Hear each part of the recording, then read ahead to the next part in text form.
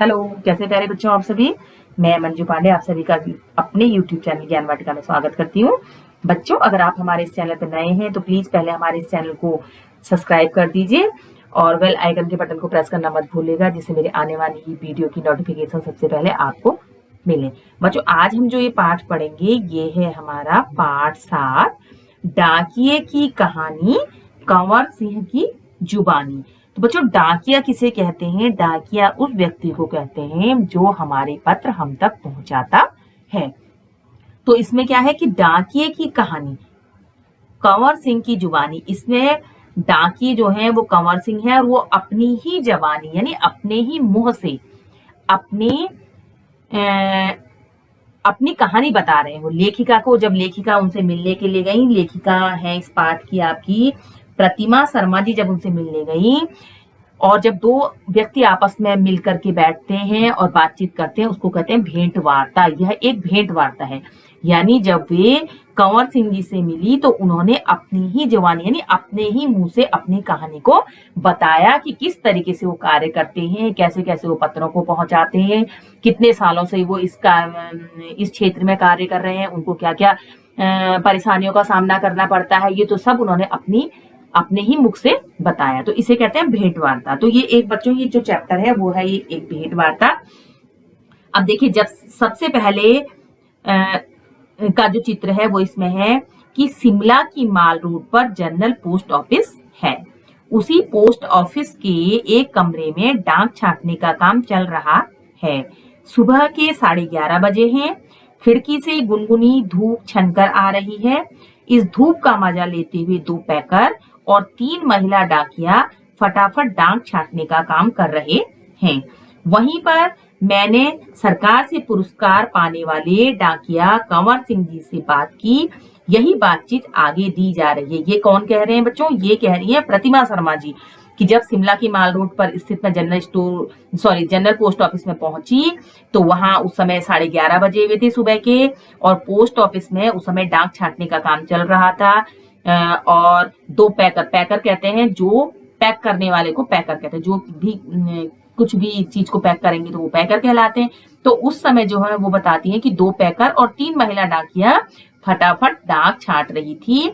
वहीं पर मैंने सरकार से पुरस्कार पाने वाले डाकिया कंवर सिंह जी से बात की और यही वो उस बातचीत के अंश कुछ प्रस्तुत कर रही हैं।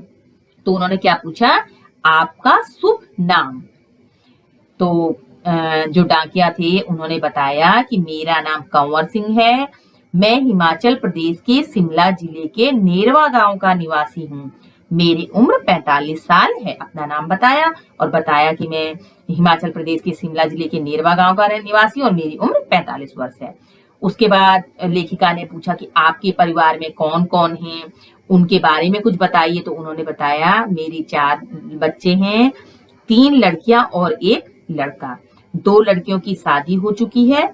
मेरा एक और बेटा भी था। वह मेरे गांव में एक पहाड़ी से लकड़ियां लाते हुए गिर गया, जिससे उसकी मौत हो गई। उन्होंने अपने परिवार के बारे में बताया कि मेरे परिवार में कितने सदस्य हैं, मेरे कितने बेटे हैं, मेरी कितनी बेटियां हैं। उसके बाद आता है, आपके बेटे के साथ जो हुआ उसका हमें बहुत दुख है। आपके इलाके में इस तरह की घटनाएं क्या अक्सर होती हैं? ये प्रतिमा शर्मा जी ने पूछा। तो कंवर सिंह जी ने उत्तर दिया कि जी, ऐसी घटनाओं का होना असाधारण नहीं है। यहाँ हर साल तिरछी ढलानों या ढाकों से घास काटते हुए कई औरतें गिरकर मर जाती हैं। फिर भी यहाँ ऐसे ही रास्तों से चलना पड़ता है, क्योंकि दूसरे कोई रास्ते होते ही नहीं। हमारे गांव में अभी तक बस नहीं पहुंच पाती है। हिमाचल में हजारों ऐसे गांव हैं जहां पैदल चलकर ही पहुंच सकते हैं। तो उन्होंने बताया था किस तरीके से जो है ढलान से गिरकर उनके बेटे की मृत्यु हुई थी। तो जब लेखिका ने पूछा कि आपके बेटे के साथ जो हुआ उससे हमें बहुत दुख है, क्या आपके का जो ये इलाका है, पहाड़ी इलाका है, क्या इस तरह की घटनाएं यहाँ अक्सर हुआ करती हैं? तो उन्होंने बताया कि हाँ, ये यहाँ के लिए कोई असाधारण यानी यहाँ के लिए कोई इतनी बड़ी बात नहीं है, क्योंकि यहाँ हर साल जो तिरछी ढलानें होती हैं, जो पहाड़ी उबड़ खाबड़ रास्ते होते हैं, उनमें घास काटते हुए कई महिलाओं की मृत्यु हो जाती है, वो गिर जाती हैं और उनकी मृत्यु हो जाती है। यहाँ रास्ते चलने के लिए हमारे लिए सड़क नहीं है, हमें इन्हीं उबड़-खाबड़ रास्तों से चलकर जाना होता है। और अभी तक उन्होंने बताया कि हमारे गांव में बस तक नहीं पहुंची है। और उन्होंने बताया कि हिमाचल में ऐसे अनेक गांव हैं जहां पैदल चलकर ही पहुंचा जा सकता है। फिर लेखिका ने पूछा, फिर आपके बच्चे पढ़ने कैसे जाते होंगे? तो उन्होंने बताया, मेरे बच्चे गांव के स्कूल में पढ़ने जाते हैं। स्कूल लगभग 5 किलोमीटर दूर है। मेरी एक लड़की 10वीं तक पढ़ी है, दूसरी 12वीं तक, तीसरी लड़की 12वीं कक्षा में पढ़ रही है और बेटा 10वीं में पढ़ता है। उन्होंने बताया कि हमारे जो बच्चे हैं वो लगभग 5 किलोमीटर तक दूर पढ़ने के लिए जाते हैं और मेरे सभी बच्चे पढ़ रहे हैं। आप जहाँ काम करते हैं वहां आपके अलावा और कौन कौन है? क्या आपको डाकिया ही कहकर बुलाते हैं? तो कंवर सिंह जी ने उत्तर दिया कि पहले मैं भारतीय डाक सेवा में ग्रामीण डाक सेवक था, अब मैं पैकर बन गया हूँ, पर हूँ वही नीली वर्दी वाला डाक सेवक। बच्चों, जो उन्होंने बताया कि मैं भारतीय डाक सेवा में पहले ग्रामीण डाक सेवक था, अब मैं पैकर बन गया हूँ, पर मेरी जो वर्दी है वो वही है, उसका रंग वही नीला है। तो पोस्ट ऑफिस जो हमारा होता है इसमें कई कर्मचारी होते हैं, छोटे लेवल से और बड़े लेवल तक के कर्मचारी होते हैं। तो उन्होंने बताया कि पहले मैं डाक सेवक था और अब मैं जो है पैकर बन गया हूँ, लेकिन मेरे जो यूनिफॉर्म है उसमें कोई भी बदलाव नहीं आया है। डाक सेवक को करना क्या क्या होता है? फिर उन्होंने बताया, जब भैया आप डाक सेवक को क्या क्या करना होता है, तो उन्होंने बताया कि मुझे बहुत कुछ करना होता है। चिट्ठियां, रजिस्ट्री पत्र, पार्सल, बिल, बूढ़े लोगों की पेंशन आदि छोड़ने में गांव-गांव जाता हूँ, यानी मैं डाक बांटने का काम करता हूँ। क्या यह सब अभी भी करना पड़ता है? क्योंकि अब तो सूचना और संदेश देने के लिए बहुत से नए तरीके आ गए हैं। तो उन्होंने बताया कि शहरों में भले ही आज संदेश देने के कई साधन आ गए हैं, जैसे फोन है, मोबाइल है, ईमेल वगैरह, लेकिन गांव में तो आज भी संदेश पहुंचाने का सबसे बड़ा जरिया डाक ही है। इसीलिए गांव के लोग डाकिये का बड़ा आदर और सम्मान करते हैं, अपनी चिट्ठी आदि पाने के लिए डाकिये का इंतजार करते हैं। उसके बाद उन्होंने बताया कि लेखिका ने पूछा कि हमने सुना है कि हमारी डाक सेवा दुनिया की सबसे बड़ी डाक सेवा है, यह भला कैसे? तो कंवर सिंह जी ने बताया कि सुना तो आपने बिल्कुल ठीक है, हमारे देश की डाक सेवा आज की दुनिया की सबसे बड़ी डाक सेवा है और सबसे सस्ती भी डाक है। ये केवल 5 रुपए में देश के किसी भी कोने में हम चिट्ठी भेज सकते हैं। पोस्ट कार्ड तो केवल 50 पैसे का ही है, यानी 50 पैसे में भी हम देश के हर कोने में अपना संदेश भेज सकते हैं। तो लेखिका ने उनसे पूछा कि आपको अपनी नौकरी में मजा तो बहुत आता होगा। तो उन्होंने कहा कि मुझे अपनी नौकरी बहुत अच्छी लगती है। जब मैं दूर नौकरी करने वाले सिपाही का मनी ऑर्डर लेकर उसके घर पहुंचता हूँ तो उसके बूढ़े माँ बाप का खुशी भरा चेहरा देखते ही बनता है। ऐसे ही जब किसी का रजिस्ट्री पत्र पहुंचाता हूँ जिसमें कभी रिजल्ट, कभी नियुक्ति पत्र होता है, तो लोग बहुत खुश होते हैं। बूढ़े दादा और बूढ़ी नानी तो पेंशन के लिए पैसे मिलने पर बहुत ही खुश हो जाते हैं। 6 महीनों तक वे मेरा इसके लिए इंतजार करते हैं। हिमाचल में बूढ़े लोगों को पेंशन हर 6 महीने के बाद इकट्ठी ही दी जाती है। तो उन्होंने जब पूछा कि आपको अपनी नौकरी में मजा तो बहुत आता होगा, तो उन्होंने जवाब दिया कि हाँ, मुझे अपनी नौकरी बहुत अच्छी लगती है। मैं जब दूर दराज के इलाकों में जाता हूँ, किसी सिपाही के घर जाकर के मैं उसका पत्र पहुंचाता हूँ, तो उसके माता पिता के चेहरे पे जो खुशी जो दिखाई देती है, तो उससे मुझे बहुत ही आत्मिक शांति मिलती है। मुझे बहुत अच्छा लगता है जब मैं रजिस्ट्री पत्र देता हूँ या कभी किसी का उसमें रिजल्ट आता है, कभी किसी की नौकरी में नियुक्ति होती है उसका आता है, तो लोग बहुत खुश होते हैं। तो उनके साथ साथ मुझे भी बहुत अच्छा लगता है। और जो बूढ़े दादा नानी है गाँव में रहने वाले, उनकी जब उनको पेंशन 6-6 महीने में मिलती है हिमाचल में, और जब मैं उनकी पेंशन 6 महीने बाद उनकी पेंशन देने के लिए जाता हूँ और वो 6 महीने तक मेरा इंतजार करते हैं, तो वो मुझे देखकर बहुत खुश होते हैं और मुझे भी उनको देखकर के बहुत ज्यादा खुशी होती है। उसके बाद प्रतिमा शर्मा जी ने उनसे पूछा, आप क्या शुरू से ही इसी डाकघर में काम कर रहे हैं?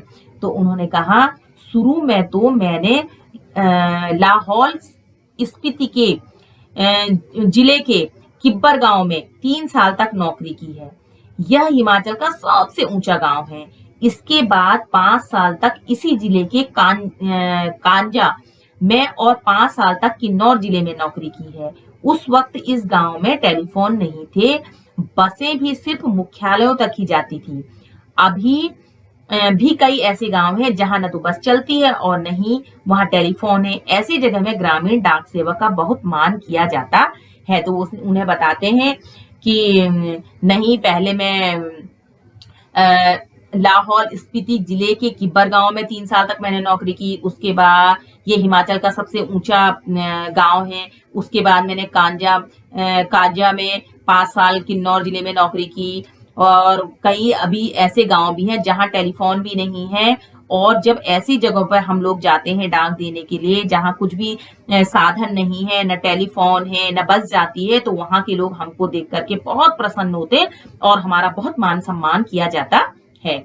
आप पहाड़ी इलाके में रहते हैं, जाहिर है डाक पहुंचाना आसान काम तो नहीं होगा।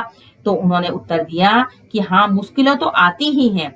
जब मैं किन्नौर जिले के मुख्यालय रिकांगपियो में नौकरी करता था तो सुबह 6 बजे मेरी ड्यूटी शुरू हो जाती थी। मैं 6 बजे सुबह शिमला जाने वाली बस में डाक का बोरा रखता था और रात को 8 बजे शिमला से आने वाली बस से डाक का बोरा उतारता था। पैकर को ये सब काम करने पड़ते हैं। किन्नौर और लाहौल स्पीति हिमाचल के प्रदेश के सबसे ठंडे तथा ऊंचे जिले हैं। इन जिलों में अप्रैल महीने में भी बर्फबारी हो जाती है। सिर्फ हो जाती है। बर्फ में चलते हुए पैरों को ठंड से बचाना पड़ता है, वरना स्नो बाइट हो जाते हैं, जिससे पैर नीले पड़ जाते हैं और उनमें गैंग्रीन हो जाती है, जिससे उंगलियां झड़ सकती हैं।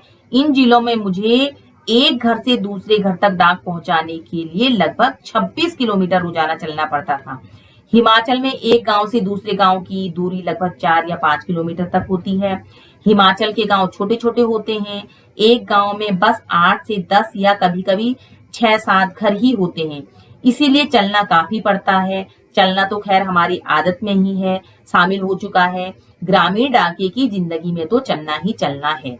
तो कंवर सिंह जी बताते हैं कि किस तरीके से वो डाक सुबह 6 बजे उनकी ड्यूटी शुरू हो जाती थी और 8 बजे तक वो डाक उतारते थे। कई कई दफे उनको बड़े ठंडे ठंडे बर्फबारी में जाना पड़ता था, जिससे उनके पैर ठंडे, अपने पैरों को ठंड में बचाना पड़ता है और जिससे पैर नीले पड़ जाते हैं और उसमें गैंग्रीन होने का भी डर रहता है, जिसमें उंगलियां झड़ जाती हैं। और जो हिमाचल के गांव हैं वो छोटे छोटे हैं, उनमें 6 से 7 घर हैं या 8-10 घर होते हैं और उनमें उनको जाना पड़ता है। प्रतिदिन उनको 26 किलोमीटर तक उनको रोजाना चढ़ना पड़ता था। तो इस तरीके से वो उनको अपनी यात्रा के बारे में बताते हैं कि ग्रामीण डाकिये की जिंदगी में तो चलना ही चलना होता है। यानी वो सुबह से चलना शुरुआत करते हैं और रात तक वो चलते ही रहते हैं। आपने बताया था कि पहले आप डाक सेवक थे, अब पैकर हैं। इसके आगे भी कोई प्रमोशन है क्या? तो पैकर के बाद डाकिया बन सकते हैं, बस एक इम्तिहान पास करना पड़ता है। अभी तो काम के हिसाब से हमारा वेतन काफी कम रहता है। सारा दिन कुर्सी पर बैठकर काम करने वाले बाबू का वेतन कहीं ज्यादा होता है। पैकर का वेतन बाबू के जितना ही हो जाता है। अब तो डाकिये की नौकरी में लगना भी बहुत मुश्किल हो चुका है। हम में से जितने डाकिये रिटायर हो चुके हैं, उनकी जगह नए डाकियों को नहीं रखा जा रहा है। इससे पुराने डाकियों का काम का बोझ दिन प्रतिदिन बढ़ता ही जा रहा है। न जाने आने वाला समय कैसा होगा। तो जब वो बताती हैं कि भाई आपने कहा कि पहले मैं डाक सेवक था, अब मैं पैकर हूँ, इसके आगे भी क्या कोई प्रमोशन होता है? तो उन्होंने कहा होता है। उसके बाद एक इम्तिहान देना पड़ता है और हम डाकिया बन जाते हैं। तो उन्होंने कहा कि कंवर सिंह जी ने बताया कि हमारा वेतन काफी कम होता है। जो बाबू चेयर में बैठे पूरे दिन भर काम करते हैं, उनसे हमारा वेतन बहुत कम होता है। और हमारे साथ के जितने पुराने डाकिये रिटायर हो चुके हैं, उनकी जगह पर भी अब नए डाकियों की को नहीं रखा जा रहा है। इससे जो पुराने डाकिये हैं उन्हीं पर काम का बोझ ज्यादा बढ़ गया है, क्योंकि जितने रिटायर हो गए, नयों की भर्ती हुई नहीं, तो पुराने को ही उतना उनका काम सब करना पड़ता है।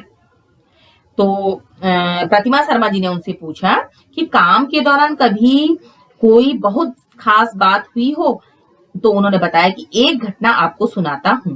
मेरा तबादला शिमला के जनरल पोस्ट ऑफिस में हो गया था। वहां मुझे रात के समय रेस्ट हाउस और पोस्ट ऑफिस चौकीदारी का काम दिया गया था। यह सन 1998 की बात है। 26 जनवरी को रात लगभग 10:30 बजे का समय था। बाहर से किसी ने पोस्ट ऑफिस का दरवाजा खटखटाया। मैंने पूछा कौन है? जवाब आया, दरवाजा खोलो, तुमसे बात करनी है। मैंने दरवाजा खोला तो अचानक 5-6 लोग अंदर घुसे और मुझे पीटना शुरू कर दिया। मैंने पूछा क्यों पीट रहे हैं, तो उन्होंने कोई जवाब नहीं दिया। सारे ऑफिस की लाइटें बंद कर दी। इससे पहले कि मैं कुछ समझ पाता, मेरे सिर पर किसी भारी चीज से कई बार मारा, जिससे मेरा सिर फट गया। मैं लगातार चिल्लाता रहा। इसके बाद मैं बेहोश हो गया और मुझे कुछ भी पता न चला। अगले दिन जब मुझे होश आया तो मैं शिमला के इंदिरा गांधी मेडिकल कॉलेज में के अस्पताल में दाखिल था। सिर में भयंकर दर्द हो रहा था। उन दिनों मेरा 17 साल का बेटा मेरे साथ ही रहता था। उसी से पता चला कि मेरे चिल्लाने की आवाज सुनकर लड़का और ऑफिस के दूसरे लोग जो नजदीक ही रहते थे, दरवाजों के शीशे तोड़कर अंदर आए और मुझे अस्पताल पहुंचाया। मेरे सिर पर कई टांके लगे थे। इसकी वजह से आज भी मेरी एक आंख से दिखाई नहीं देता है। सरकार ने मुझे जान पर खेलकर डाक की चीजें बचाने के लिए बेस्ट पोस्टमैन का इनाम दिया। यह इनाम 2004 में मिला। इस इनाम में 500 रुपए और प्रशस्ति पत्र दिया जाता है। मैं और मेरा परिवार बहुत खुश हुए। आज भी मैं गर्व से कहता हूँ कि मैं बेस्ट पोस्टमैन हूँ। तो जब लेखिका यानी प्रतिमा शर्मा जी ने उनसे पूछा कि कोई ऐसी खास बात हो इस आपकी नौकरी के दौरान आपके साथ हुई हो, तो अगर आप बताना चाहें तो बताइए। तो उन्होंने अपने साथ हुई घटना के बारे में बताया कि जब मैं शिमला के जनरल पोस्ट ऑफिस में मेरा तबादला हो गया था, तो वहां मुझे एक दिन मैं वहां रात में पोस्ट ऑफिस में चौकीदारी का काम भी करता था। तो 1998 की बात है। 26 जनवरी को रात लगभग 10:30 बजे का समय था जब बाहर से किसी ने दरवाजा खटखटाया। मैंने खोला तो 4-5 लोग अंदर आए और उन्होंने मुझे पीटना शुरू कर दिया। मैं चिल्लाता रहा, लेकिन उन लोगों ने मुझे बहुत मारा। उसके बाद जो है, उस समय मेरे साथ मेरा 17 साल का बेटा भी रहता था। जब बाद में मुझे हॉस्पिटल पहुंचा गया इंदिरा गांधी मेडिकल कॉलेज में अस्पताल में मुझे दाखिला किया गया। तो बाद में मेरे बेटे ने बताया कि जब मेरे चिल्लाने की आवाज मेरे बेटे ने सुनी, उन्होंने जब सुनी तो दरवाजे के शीशे तोड़कर अंदर आए और उन्होंने मुझे अस्पताल पहुंचाया।